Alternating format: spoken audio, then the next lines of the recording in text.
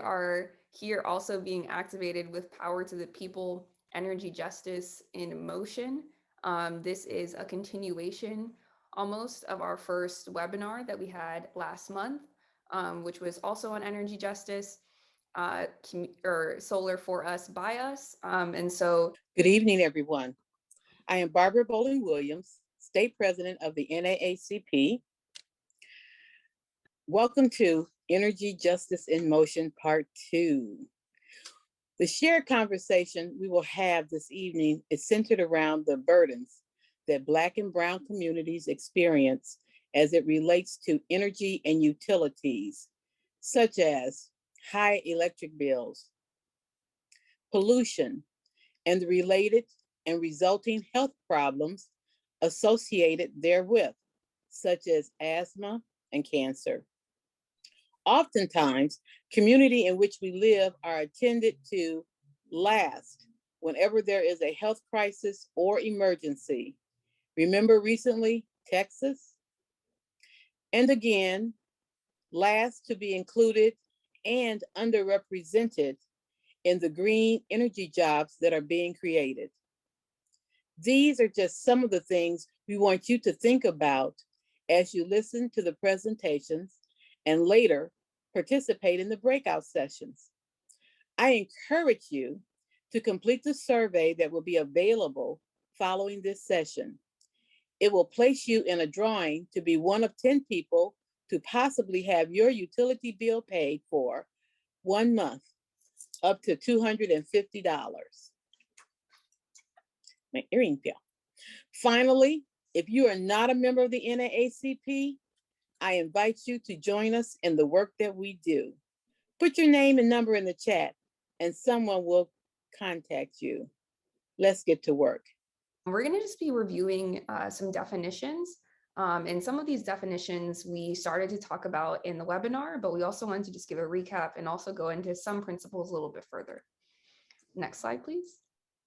Okay, so the first thing that we're going to be talking about is actually a framework, and it's the just transition.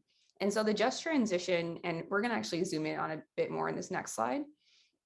The just transition is really a framework that goes from the ideology and our current reality of an extractive economy. So that's an economy that is steeped in exploitation is the best way to put it. And so it's a worldview that's focused around consumerism, colonialism. The purpose is to kind of create wealth, but wealth that's not equitable. The key part of extraction is that we are using and extracting really natural resources, and we are hurting our environment in doing so. And then our governance is really focused and steeped in militarism. And that's kind of our lived reality right now. And a just transition recognizes the urgency of the moment, the urgency of both environmental justice, but as well as climate justice and climate change. And it goes from how can we go from extractive to regenerative? And so in this regenerative economy, we're looking at caring and sacredness. We're looking at good paying jobs. We're looking at being in unity with our environment. So building back some of the resources that we have hurt, growing some trees, kind of doing reclamation of land. We're looking at power and well-being from a different perspective of ecological and social well-being. And we want democracy on all levels. And in our current kind of way that our democracy and our government is set up, it's very top down. So you have international and then national, and then local governments really holding all the power. And it sometimes feels like everyday people like us aren't the people that actually have the power. And so we also see the just transition framework as a framework that goes from the bottom up. And so we have money that a lot of the national government holds, and we want to make sure that money goes to the grassroots, and that the grassroots feels very empowered. And we also want to just highlight that the just transition model was created during the Our Power campaign by an NAACP member and in partnership with so many other great organizations. And so the just transition framework is really a framework that calls to us as where we see our organizing coming from. Next slide, please. And so how does it really fit into what we're talking about today. And so we have energy justice, which is really the bedrock of what we're doing here. And energy justice is looking at tackling a few different things. And one of them, and probably sometimes the most critical, is energy burden. And so energy burden is when you are spending too much or over 10% of your income on energy. And so it's really cost prohibitive. And energy justice looks at how can we decrease energy costs while also decreasing the amount of pollution in our communities. And energy democracy has these four kind of principles or areas that it sits within. And I'll give examples for each one. So racial and social justice as a part of energy democracy is really an understanding that energy democracy must address racism, inequity, and inequitable access, as well as land rights. And so an example of this would be that in communities of color, they are disproportionately seated next to energy production facilities. And these energy production facilities give off a lot of chemicals that lead to adverse health effects that President Bolden was highlighting in our opening. And so energy democracy and energy justice is looking at decreasing those inequities and making sure that communities of color are not sited near these energy production facilities. When we look at sustainable energy, we're looking at solar today, at least. And so it's how do we have renewable forms of energy that do not pollute and emit such harmful chemicals into our environment? When we look at our moral economy from an energy justice and energy democracy framework, then we're looking really at how do we create high-paying jobs from this solar energy. And then governance is us in this room. How can we make sure that our voices are heard in and throughout every single stage of development of our hopefully just transition economy and just transition kind of society that we're building here. And so this is kind of just a example of how energy justice and energy democracy fall into multiple avenues. And from here, I'm just going to kind of talk a bit more about community solar and community owned solar. So community solar is kind of a phrase and a type of energy that's being uplifted quite frequently. If you have been following the budget reconciliation process on the national level, or just hearing about it in the news, community solar is sometimes uplifted as one of the ways for more equitable access to solar energy. And community solar tends to work on a subscription model, which means that either a private entity, sometimes a nonprofit, or the utility company owns the solar, and then you subscribe to the solar, and then you get the credits and benefits from there. Next slide, please. And the benefits of community solar, so I said the development side, and the benefits is that through community solar, you get a discount from 5% to 15% on your energy bill. And then any additional profits go to whoever owns that solar array. And that's usually not you for a community solar. But then the developers and investors, since they are kind of the owners of it and have all of the financial benefit, they also have a lot of kind of emphasis on it. And there's not as much community involvement in community solar, just regular community solar. So next slide, please. And so what we're going to be talking about today is actually moving one step further from community solar, but into community owned and led solar. So we're kind of reframing and taking some of the benefits from community solar, like the fact that you have these reductions in your electricity bill, but then adding on additional ownership of the project and ownership and involvement throughout multiple levels of the project. And so now I'm going to kick it over to Crystal, who will be talking about community-owned and community-led solar a little bit more. Thank you, Nadia. Hi, everyone. My name is Crystal Huang. I am based in the San Francisco East Bay area in California, territory of Huichin, which is an ancestral and unceded territory of the Ohlone people. And I'm here representing People Power Solar Cooperative, as well as a national effort and a federation of many different cooperatives called the People's Solar Energy Fund. Here, really excited to be sharing space with you, talking about what community ownership of energy really looks like, because ultimately we're talking about our power. And what does that mean when we say our power? Power really means energy, work, democracy, and really we can only claim our power if we can really understand what their power has been so that we can build our power.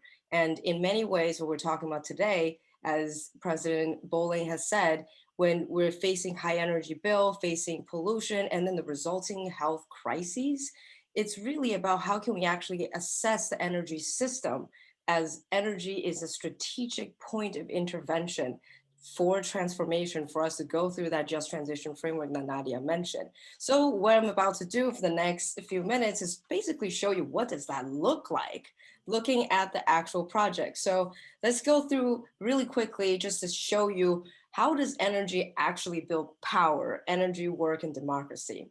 So the first example here, this is in Boston Metro East community. It is community-led, community-owned solar. And you can see here, this is a very diverse group of people. We have different stakeholders coming together. And the idea here is that when groups come together, in this case, in the Boston Interfaith community, they put solar on the community church. And normally when you think about solar, you think about electricity bill savings, maybe sometimes jobs. But what we're trying to push for when we talk about community-led and community-owned solar is wealth building. Because when you actually have solar system on the roof, you're literally talking about power plants. And today, all of us spend money with to pay for our electricity bill. Right now, we're paying for these ultra wealthy people to extract not just resources, but extract money from all of us. So then the ultra wealthy gets even wealthier.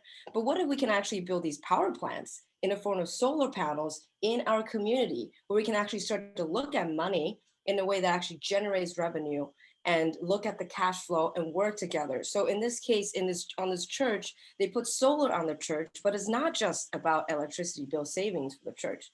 It's about the church hosting the solar site that the community around the church now can purchase electricity from the church. So all of them get bill savings. And also, by the way, who owns it? The community collectively owns it, and the consumer owns it too. The people who subscribe it are the community themselves who own it. So the profit, as Nadia mentioned, circles right back into the community. And the jobs, we get a solar installer also on the right-hand side of the picture.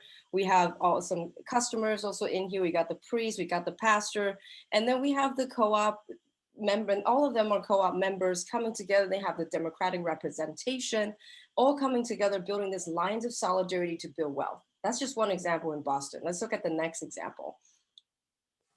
Next slide. So here's another one. This is in Massachusetts. This is much larger than the church's roof. Can you imagine? If we want more people to be able to build the wealth, we have the economy of scale. The larger things are, the cheaper it is. So if we can actually build it on a much bigger scale here in this huge land, who would know how to build this? Right now, when you look at this big land, you want to develop real estate, develop energy system, you generally look for a for-profit company or an enterprise that builds it for you. You don't really know the details, but if you can actually build it together as a cooperative, you can see this table. People come together at a table, make decisions. You don't have to know everything.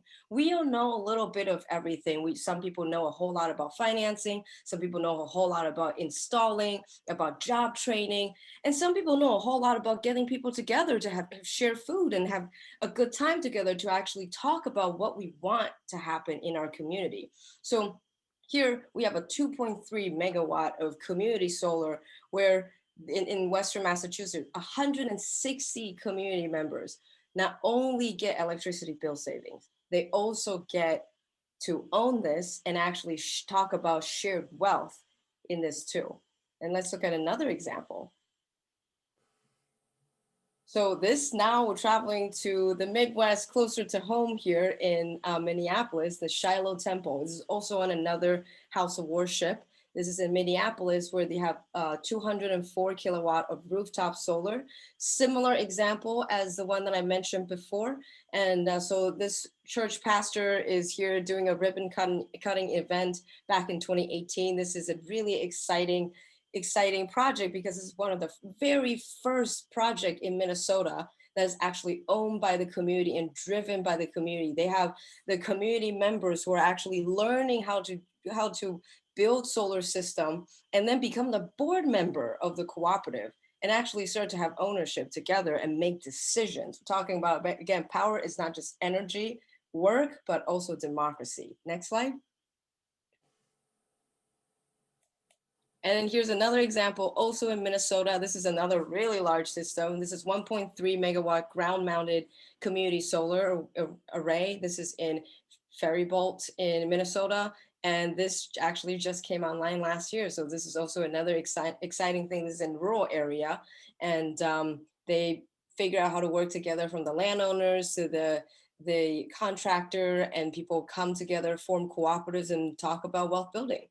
Next slide. And this is the last example, going back to the urban area in Minneapolis. You don't have to only work with the private land or with houses of worship like a nonprofit. You can work with municipality too. So this is Minneapolis's Department of Transportation on top of a parking lot structure. They put, you can see all these people are shaded because on top of their head, that's the solar system on top of the parking lot. They're actually not on the first floor here. There's actually on the top floor of a parking structure. And they built a 1.3 megawatt building on top of this parking lot. And this is a city building, but the system is owned by the community. Imagine this, like the city is not just about private public owned partnership, but this is about community and public partnership. And then talking about how community can come together, build wealth, create jobs that's actually unionized, create jobs that's actually with union standard that creates a way for people to build power, workers to build power. So then the new jobs in the solar industry does not represent the same lack of democracy from the old energy from the past. So I just walked through a few examples here just to give you some picture of what this looks like, so you can imagine in your community how we can build our power and take the power away from the corporate establishment and then advance energy democracy. Thank you so much, Crystal. We're now going to open it up. Does anyone have any questions about the definitions that Nadia gave us, or about any of the case studies that Crystal just briefed us on? This is Caroline Nellis down in Evansville. I had one question, Crystal. On these projects, do they feed into the grid system? So they have some kind of relationship with their utility, right? Yes. And, you know, around here, at least in Southern Indiana, our utility is a monopoly.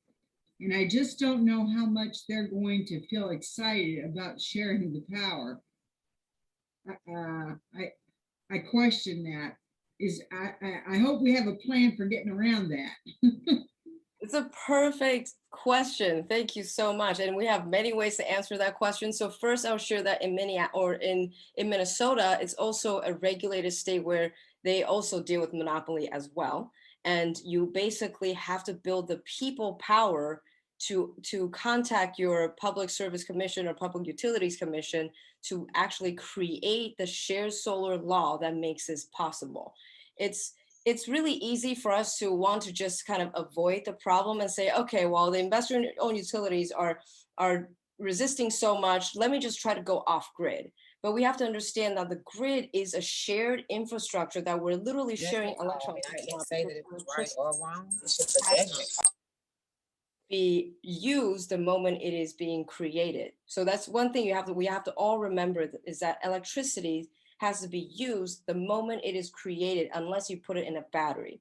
So when you have that, that means this moment, if you're not using electricity on the solar, from the solar on your roof, somebody has to use it. And this is why the grid is so important for us to share these things. Unfortunately, the grid is currently being controlled by for-profit monopoly companies. And so we can actually put our voices together and push for community shared solar law, which I believe we're going to get into soon on how exactly to do that in Indiana. But it is possible. You're looking at the picture right now. They are dealing with monopoly as well in Minnesota, and it is absolutely doable. Do you know, this is Caroline again, do you know there is a 21st Century Energy Task Force that the state legislature here in Indiana is doing this year about this summer on renewable energy? Do you know, has this community owned, has anything been presented to that committee so they'll be considering it for legislation they'll propose next legislative session? I can let Denise answer that. That is going to be one of our asks of you at the end of this session, is to write the legislators, the utility committee at the State House, and the task force to include community-owned solar, as well as at the Indiana State Conference. We'll be speaking with the various legislators and members on that committee with that exact ask. And so if you can organize your communities and help facilitate that, I believe that we can win. Thank you both. I appreciate your responses.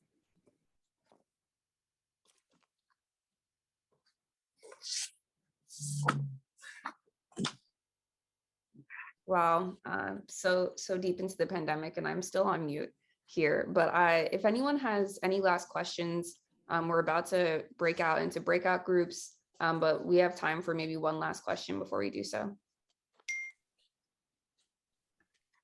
So the question for Denise. So am I understanding this right? This kind of project in Indiana is not technically cannot happen because it would be against the law. I know this can happen if, but we have the 5 investor-owned utilities, they have to permit it. One of the other forms of our advocacy is asking them to provide a carve out. But like what was mentioned earlier, it's very challenging, right? The monopolies don't want to let go of their power. But they can do it. And one of our narratives is that they should do it in a good corporate social responsibility. The frontline communities that have been negatively impacted by their negative energy systems. The fact that African Americans only hold 1% of the energy jobs, and we pay $41 billion to the energy sector, and that we are keenly the most vulnerable to energy burden and to the impacts of climate. We feel that those are all legitimate reasons as to why they should at least give some carve outs to a human and civil rights organization. But in lieu of that, we will move our demands to the State House, move our demands to the Indiana Utility Regulatory Commission, and move them all the way up to the governor, if that's what we need to do. But we certainly want to build power with this collective and beyond.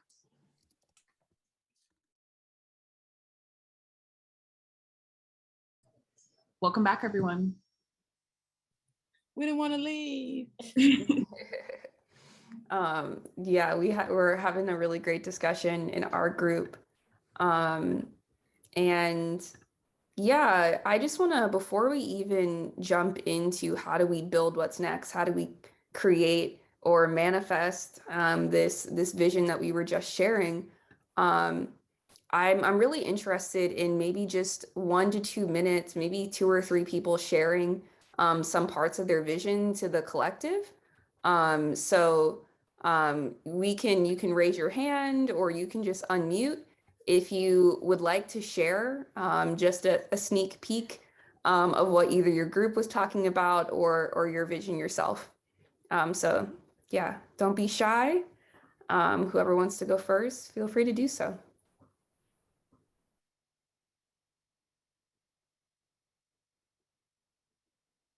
And I will call people out, so. This is Carol down in Evansville. I think the very first thing is we have got to get somebody on that renewable energy task force, that interim study committee. And I'm wondering, Ryan Hatfield is a Democrat from this area, and he might be somebody, he might be a way in. I don't know that, but I think it's possible. So I want to put him on the, we need to check him out list. He was willing to meet with us on some solar issues earlier this year. And so I think he might be willing to meet with a larger group, like a Zoom meeting or whatever. And we could, if he's on the committee, we need to present our ideas to him and get him to give us a foot in the door. Okay, thank you for sharing. So it seems like we're really interested in the policy advocacy side of things to really actualize and create what's next and what's needed for community-owned solar. Just opportunity for one person to just share their vision that they created. It could be visual, it could have been written and you just speak it. So anyone that wants to share their vision for what they saw as a just society, a society in the future that we're hoping to create.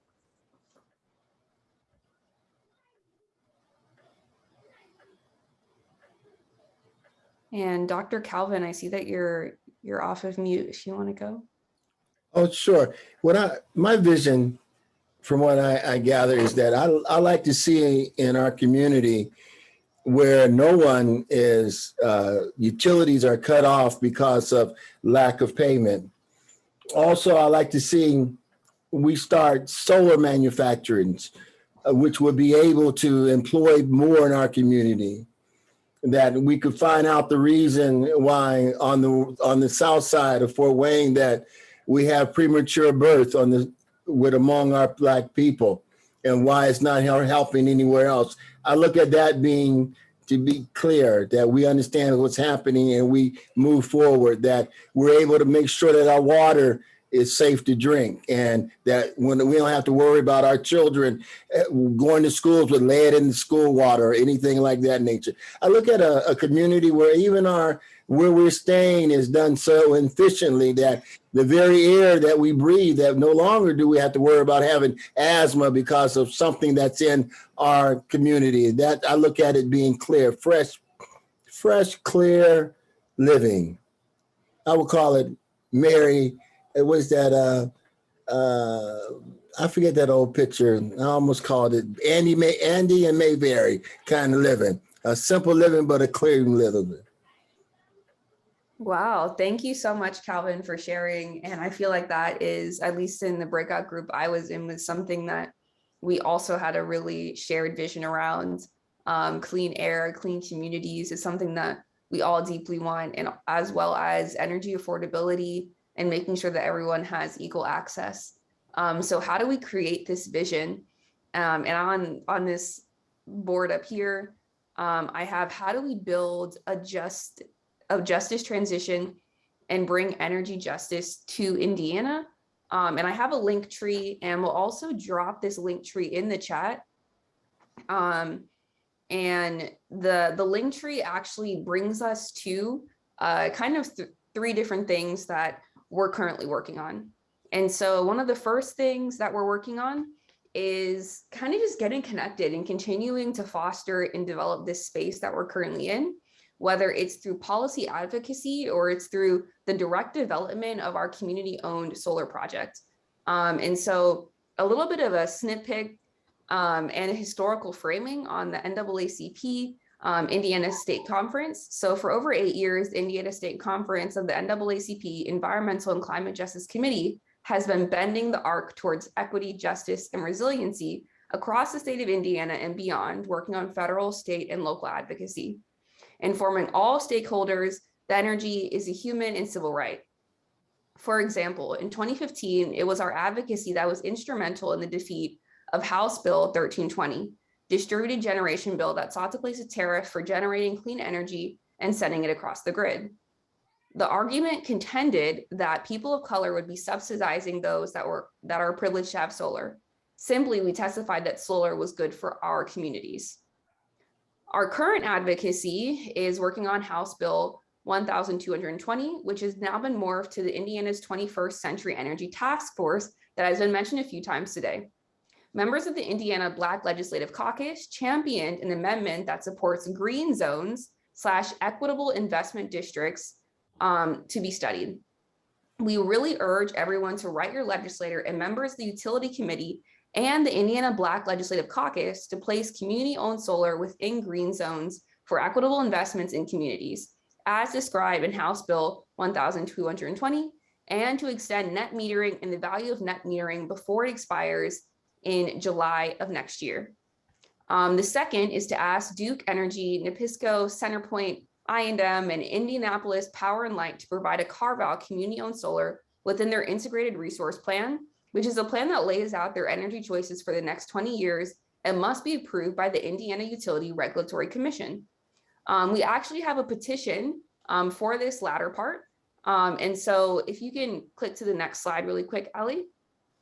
Perfect.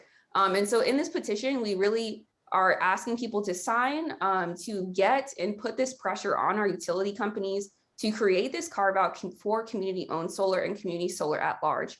And so as you can see, we currently have a goal of 500 signatures and we'd love to exceed even beyond that. And some of these policy advocacy parts that I mentioned, such as writing to your legislator, we will be sending follow-up information around, such as draft text that you can send to the legislator themselves. And so we're really excited to really get things going, to kick things off, and to have your involvement in doing so. And so when you go to this link tree and you see all the different links, the first one is to just get further connected. Yeah, and this petition is the same petition that was mentioned in part one of this conversation, so in the webinar. And this petition is really an opportunity for us to just show that we have support and to really start to get the Public Utility Commission to just recognize that we're really invested in this topic. And then the last part, which is what President Bowling mentioned for our little link tree, is to fill out this survey about community-owned solar. And so this survey is really to get an understanding of what energy burden looks like in Indiana, as well as what do people's level of involvement look like? Do businesses have an interest in joining? Do individuals have an interest in joining? And so it's really to allow us to get a lay of the land so that we can better advocate for what our community needs. And so those are our kind of big action items, and you can find all of them directly in the link tree that's at the top of this site. And we have a few extra minutes for some additional questions in case anyone wants to ask any final questions.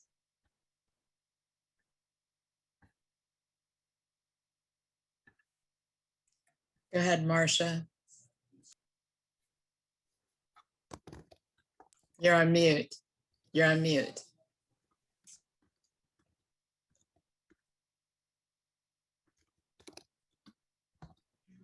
We still can't hear you.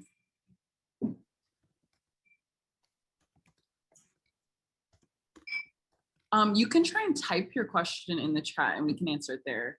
Yeah, and if anyone else wants to type a question in the chat or come off of mute and share, it could also just be some reflections as we close out our time.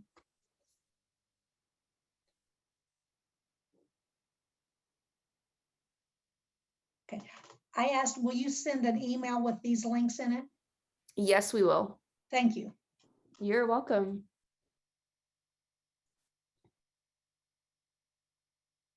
So let me see if I understand correctly. From this, we are to write letters to legislators and speaking of the community solar. Is that correct? Yes, and we will send in our follow-up email just additional information about the letter themselves. And the letter is really to push for this carve out.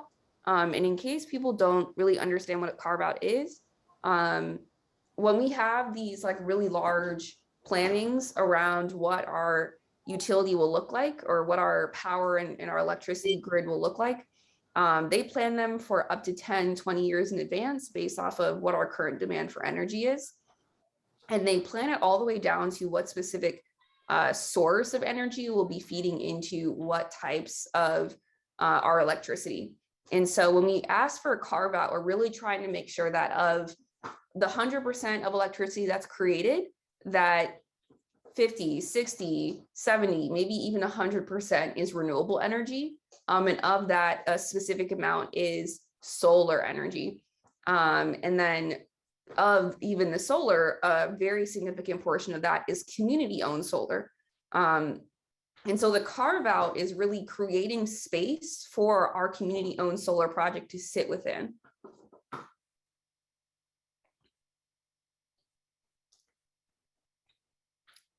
Any other questions?